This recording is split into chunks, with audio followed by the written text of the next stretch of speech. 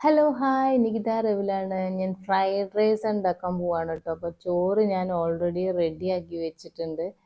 അപ്പോൾ അതൊന്ന് സെറ്റ് ആവാൻ വേണ്ടിയിട്ട് ഞാൻ 2 പ്ലേറ്റിലേക്ക് ആക്കിയിട്ട് മാറ്റി വെച്ചിട്ടുണ്ട്. എഗ് ഫ്രൈഡ് റൈസ് ആണ് കേട്ടോ ഉണ്ടാക്കുന്നത്. റൈസ് ബസ്മതി റൈസ് ആണ്. അപ്പം ഞാൻ ഇതിലേക്ക് ക്യാരറ്റ്, ബീൻസ്, പച്ചമുളക്, വെളുത്തുള്ളി, സവാള, പിന്നെ എഗ്ഗ്, ഇത്രയും കാര്യങ്ങളാണ് ഇട്ട് കൊടുക്കുന്നത്. ഈ വെജിറ്റബിൾസ് ഒക്കെ നന്നായിട്ട് വാഷ് ചെയ്തിട്ട് കട്ട് ചെയ്യാണ്. വലിയ കുക്കൊന്നും അല്ലെങ്കിലും കൂടി ഞാൻ പറഞ്ഞല്ലോ ഓൾറെഡി ഞാനിപ്പോൾ ഒരു ആഫ്റ്റർ മാരേജ് ആണ് കുക്കിങ്ങിലോട്ട് തന്നെ കടന്നത്. പക്ഷെ എന്നാലും എനിക്ക് കൂടുതൽ ഓരോ കാര്യങ്ങൾ ഇങ്ങനെ ട്രൈ ചെയ്യാനും ഉണ്ടാക്കി നോക്കാനൊക്കെ ഇഷ്ടമാണ്. ഹോട്ടലിൽ പോയി കഴിക്കുന്നതിനെക്കാട്ടും കൂടുതൽ വീട്ടിലുണ്ടാക്കി കഴിക്കാനാണ് കേട്ടോ ഇഷ്ടം. പക്ഷെ ഹോട്ടലൊക്കെ പോയി കഴിക്കും. ആദ്യമൊക്കെ ഞാൻ എപ്പോഴും ബിരിയാണീനെക്കാട്ടും കൂടുതൽ ഇഷ്ടം ഈ ഫ്രൈഡ് റൈസ് ആയിരുന്നു. അപ്പോൾ പുറത്തൊക്കെ പോവുകയാണെങ്കിൽ ഞാൻ അധികം ഓപ്റ്റ് ചെയ്യുക, ലഞ്ചിന് ഓപ്റ്റ് ചെയ്യുക ഫ്രൈഡ് റൈസ് ആയിരിക്കും കേട്ടോ. പിന്നെ അമ്മയാണെങ്കിലും ഞാൻ സ്കൂളിൽ പോകുമ്പോഴോ അല്ലെങ്കിൽ ഓഫീസിൽ കോളേജിലൊക്കെ പോകുന്ന സമയത്തൊക്കെ ഇത് ലഞ്ചിലേക്ക് എനിക്കിങ്ങനെ ഈ വെറൈറ്റി റൈസ് ഉണ്ടാക്കി തരുമായിരുന്നു.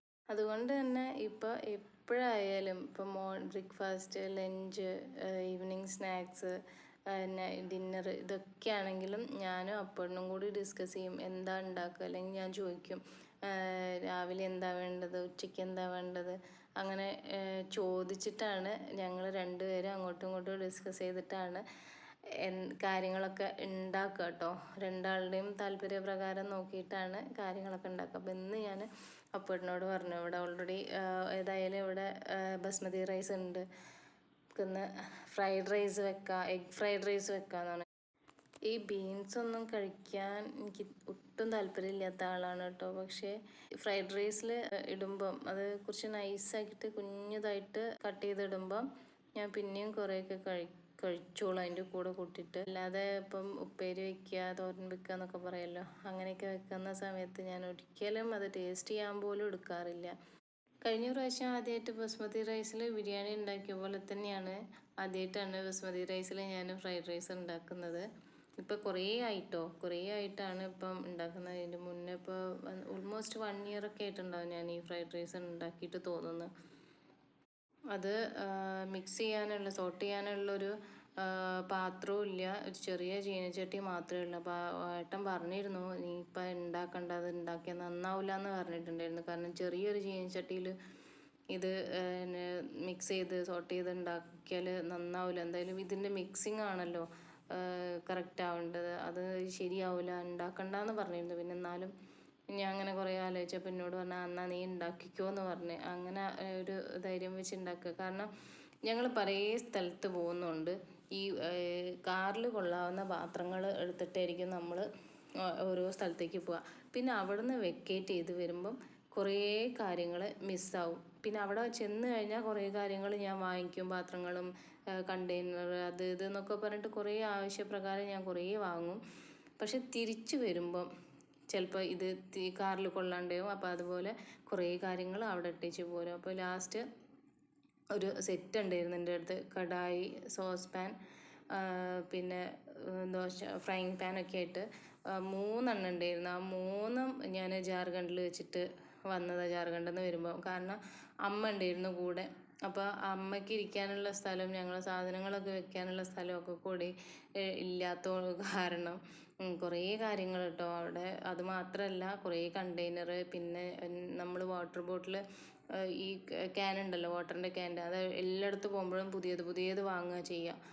അപ്പോൾ അവിടെയും 2 ക്യാനും അതിൻ്റെ ഡിസ്പെൻസറൊക്കെ ഉണ്ടായിരുന്നു, അതെല്ലാം അവിടെ ഇട്ടേച്ച് പോന്ന്. കുറേ പാത്രങ്ങൾ എന്തൊക്കെയോ അവിടുന്ന് നഷ്ടപ്പെടുത്തിയിട്ടാണ് പോകുന്നത്. കാരണം ഇത്രയും ലോങ് ഡ്രൈവ് ചെയ്ത് വരണമല്ലോ കാറിൽ. ഇപ്പം അതുകൊണ്ട് പാർസൽ അയക്കാൻ വേണ്ടിയിട്ട് നമ്മൾ അന്വേഷിച്ചപ്പം ഭയങ്കര റേറ്റാണ് പറഞ്ഞത്. എനിക്ക് വാഷിംഗ് മെഷീനൊക്കെ നമ്മളവിടെ പിന്നെ കൊടുത്തിട്ടാണ് വന്നത്. വാഷിംഗ് മെഷീനൊന്നും ഇങ്ങോട്ട് കൊണ്ടുവരാൻ പറ്റിയില്ല. അങ്ങനെ അതവിടെ വേറെ ആൾക്ക് കൊടുത്തു. ഇപ്പം ഇവിടെ വന്നപ്പോൾ നമ്മൾ പുതിയതല്ല, ഇവിടെ ഒന്ന് വാങ്ങിയതാണ് വാഷിംഗ് മെഷീൻ. അതാണ് ഞങ്ങളുടെ ഈ പാത്രങ്ങളിലെ കാര്യങ്ങളും. ഓരോ സ്ഥലത്ത് നാടോടികളെ മാതിരി അങ്ങോട്ടും ഇങ്ങോട്ടും പോകുന്നതുകൊണ്ട് കൈ കൊള്ളുന്ന കാര്യങ്ങൾ മാത്രം, പാത്രങ്ങൾ മാത്രമൊക്കെ എടുത്തിട്ടേ വരാറുള്ളൂ. അപ്പോൾ അതവിടെ മിസ്സായി. അതുകൊണ്ട് ഇനി ഇവിടെ ഇത് മാത്രമേ ഉള്ളൂ. അങ്ങനെ ഇതിൽ വെച്ച് ഉണ്ടാക്കാമെന്നുള്ളൊരു പ്ലാനിങ്ങിലാണ്. ഓൾമോസ്റ്റ് ഞാൻ കട്ട് ചെയ്ത് കഴിഞ്ഞിട്ടുണ്ട്. ക്യാരറ്റും കട്ട് ചെയ്തു, പച്ചമുളക്, ബീൻസ്, വെളുത്തുള്ളി, ഇനി കുറച്ച് സവാള. ഒരു സവാളയാണ് ഞാൻ എടുക്കുന്നത്. സവാളയും ഞാൻ ചോപ്പ് ചെയ്തിട്ട്, അത് കുറച്ച് ചെറുതായിട്ടാണ് കട്ട് ചെയ്യുന്നത്. ചോപ്പ് ചെയ്തെടുക്കുന്ന മാതിരിയാണ് എടുക്കുന്നത്. അങ്ങനെ ഫ്രൈഡ് റൈസിലേക്ക് വേണ്ടുന്ന എല്ലാ കാര്യങ്ങളും കട്ട് ചെയ്ത് ചോപ്പ് ചെയ്ത് വെച്ചിട്ടുണ്ട് കേട്ടോ. ഇനി ഞാൻ വിചാരിച്ചിട്ടുള്ളത് ഒരു പൊട്ടാറ്റോ ഒന്ന് ഫ്രൈ ചെയ്തെടുക്കുക. അതായത് നമ്മൾ സ്ലൈസ് ചെയ്തെടുത്തിട്ട് റൗണ്ടിൽ സ്ലൈസ് ചെയ്തിട്ട് ഒന്ന് ഫ്രൈ ചെയ്തെടുക്കുക എന്നാണ് വിചാരിക്കുന്നത്. ഇത് നന്നായിട്ട് സ്ലൈസ് ചെയ്ത് കഴിഞ്ഞിട്ട് അതിൻ്റെ അകത്തേക്ക് ഉപ്പ്, മുളക്, മഞ്ഞൾ ഇത് മൂന്നും കൂടി തേച്ച് പിടിപ്പിച്ചിട്ട് ഒന്ന് പാനിൽ വെച്ചൊന്ന് ഫ്രൈ ചെയ്തെടുക്കുക. കട്ട് ചെയ്ത വെജിറ്റബിൾസിൻ്റെ വേസ്റ്റൊക്കെ അവിടെ കിടക്കുന്നുണ്ട്. അപ്പോൾ അതൊക്കെ കവറിലേക്ക് മാറ്റണം. കാരണം ഗാർബേജ് ബാഗ് വാങ്ങിയിട്ടുണ്ടെങ്കിലും കൂടി ഇവിടെ ഈ നല്ല ബ്ലാക്ക് കവറൊക്കെ കിട്ടും. ഇവിടുന്ന് സാധനം വാങ്ങിക്കുമ്പോഴേ സാധാരണ പ്ലാസ്റ്റിക് കവർ തന്നെയാണ് കിട്ടുക. അപ്പോൾ ഞാൻ കൂടുതലും വലിയ കവറൊക്കെ ആണെങ്കിൽ ചില ദിവസങ്ങളിലൊക്കെ അതായിരിക്കും ഗാർബേജ് ബാഗായിട്ട് എടുക്കുക കേട്ടോ. സ്ലൈസ് ചെയ്ത് വെച്ചിട്ടുള്ള പൊട്ടാറ്റോ മുളകും ഉപ്പും മഞ്ഞളൊക്കെ തേച്ചിട്ട് പിടിപ്പിക്കാൻ വെക്കണം. ഇനി അതിലേക്ക് കുറച്ച് ഓയിൽ ഒഴിച്ചിട്ട് ഒന്ന് ഫ്രൈ ചെയ്തെടുക്കാം. എല്ലാം കൂടി ഞാനിങ്ങനെ വെച്ചിട്ടുണ്ട്. ഇനി ഒരു ഭാഗം വെന്ത് ഫ്രൈ ആയി വരുമ്പം ഒന്ന് ഫ്ലിപ്പ് ചെയ്തിട്ട് ഇടാം. എല്ലാം മാറ്റി മറിച്ചിട്ട് കൊടുക്കാം.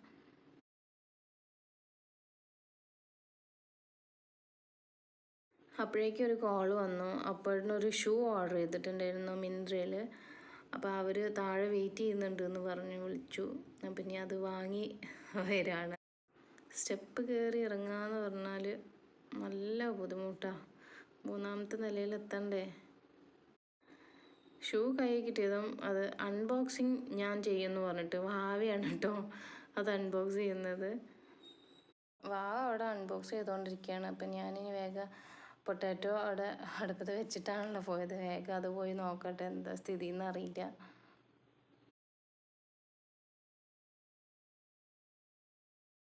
പൊട്ടാറ്റോ ഒക്കെ മാറ്റി വെച്ച് ഞാനിനി ഫ്രൈഡ് റൈസ് ഉണ്ടാക്കാനുള്ള പരിപാടിയിലാണ്. ആദ്യം ഈ ചീനച്ചട്ടിയിൽ നമുക്ക് എഗ്ഗ് ഒന്ന് സ്ക്രാമ്പിൾ ചെയ്തെടുക്കാം. 3 എഗ്ഗാണ് ഇട്ട് കൊടുക്കുന്നത്. 3 എഗ്ഗ് ഇട്ട് പിന്നെ അതിൻ്റെ അകത്തേക്ക് കുറച്ച് ഉപ്പും കുറച്ച് കുരുമുളക് പൊടിയും കൂടി ഇട്ടിട്ട് നമുക്ക് സ്ക്രാമ്പിൾ ചെയ്തെടുക്കാം. എന്നിട്ട് വേറൊരു പാത്രത്തിലേക്ക് മാറ്റി വെക്കുക. എന്നിട്ട് ഈ ചീനച്ചട്ടിയിൽ തന്നെയാണ് നമ്മൾ ഫ്രൈഡ് റൈസ് ഉണ്ടാക്കുന്നത്.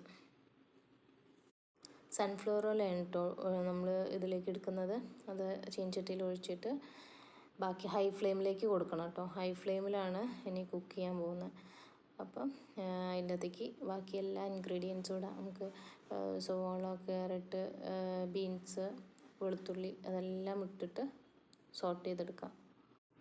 ഈ ചെറിയ ചീനച്ചട്ടി ആയത് കാരണം സോട്ട് ചെയ്യാൻ നല്ല പാടുണ്ട്, നല്ല ബുദ്ധിമുട്ടുണ്ട്. അപ്പോൾ എല്ലാം അതിലേക്ക് ഇട്ടിട്ട് കുറച്ച് ഉപ്പ്, കുരുമുളക് പൊടി, പിന്നെ അത് റെഡിയായിട്ട് അതിൻ്റെ അകത്തേക്ക് നമ്മളുടെ ആദ്യം റെഡിയാക്കി വെച്ച സ്ക്രാമ്പിൾഡ് എഗ്ഗും കൂടി ഇട്ടിട്ട് റൈസും കൂടി ഇട്ട് മിക്സ് ചെയ്തെടുക്കാം. സോയാ സോസ് ഒഴിക്കണം കേട്ടോ. ഞാൻ സോയ സോസ് എൻ്റെ കയ്യിലില്ല, അതുകൊണ്ട് ഞാൻ ചില്ലി സോസും കുറച്ച് ടൊമാറ്റോ സോസുമാണ് ഒഴിക്കുന്നത്. എന്നിട്ട് അത് നന്നായിട്ട് സോട്ട് ചെയ്ത് എഗ്ഗ് ഇട്ട് കൊടുക്കുന്നുണ്ട്. ശേഷം നമ്മൾ ആദ്യം എടുത്ത് വെച്ചിട്ടുള്ള റൈസും ഇട്ട് മിക്സ് ചെയ്യാം. അപ്പം മിക്സിങ് ഇന്ന് അധികം അങ്ങോട്ട് ശരിയാവില്ല. അപ്പം അതുകൊണ്ട് ഞാൻ ചീനച്ചട്ടിയിൽ കൊള്ളുന്നത്ര മിക്സ് ചെയ്തെടുത്തിട്ട് ബാക്കി വേറൊരു പാത്രം എടുത്തിട്ട് അതിലേക്ക് ഫുള്ളായിട്ട് മിക്സ് ചെയ്യാമെന്നാണ് വിചാരിക്കുന്നത്. ഇപ്പം ചീനച്ചട്ടിയിൽ ഇത്രയേ കൊള്ളുന്നുള്ളൂ. ഇനി വേറെ പാത്രത്തിലേക്ക് ഞാൻ ബാക്കിയുള്ള എല്ലാ റൈസും കൂട്ടി മിക്സ് ആക്കുകയാണ്. അങ്ങനെ ഇന്നത്തെ എൻ്റെ ഫ്രൈഡ് റൈസ് ഞാനിതാ ഇങ്ങനെയൊക്കെ മിക്സാക്കി റെഡിയാക്കി കഴിഞ്ഞിട്ടുണ്ട് കേട്ടോ. ഇനി നമുക്ക് സെർവ് ചെയ്യാം അല്ലേ. ഇതാണ് ഇന്നത്തെ എൻ്റെ ലഞ്ച് പ്രിപ്പറേഷൻ ആൻഡ് ഞങ്ങളുടെ ലഞ്ച് എഗ് ഫ്രൈഡ് റൈസ്. അപ്പോൾ നമ്മൾ കഴിക്കാൻ പോവാണ് കേട്ടോ. എൻ്റെ കുക്കിംഗ് ഒക്കെ ഇഷ്ടമായി എന്ന് വിചാരിക്കുന്നു. ടേസ്റ്റ് ചെയ്യാൻ ഇപ്പം എന്തായാലും കഴിയില്ലല്ലോ. കുക്കിംഗ് ഇഷ്ടമായി വിചാരിക്കുന്നു. നെക്സ്റ്റ് വീഡിയോയിൽ കാണും വരെ ബൈ ഫ്രം നികിത റബിൽ. ലൈക്ക് ചെയ്യാനും കമൻറ്റ് ചെയ്യാനും സബ്സ്ക്രൈബ് ചെയ്യാനൊന്നും മറക്കരുത് കേട്ടോ.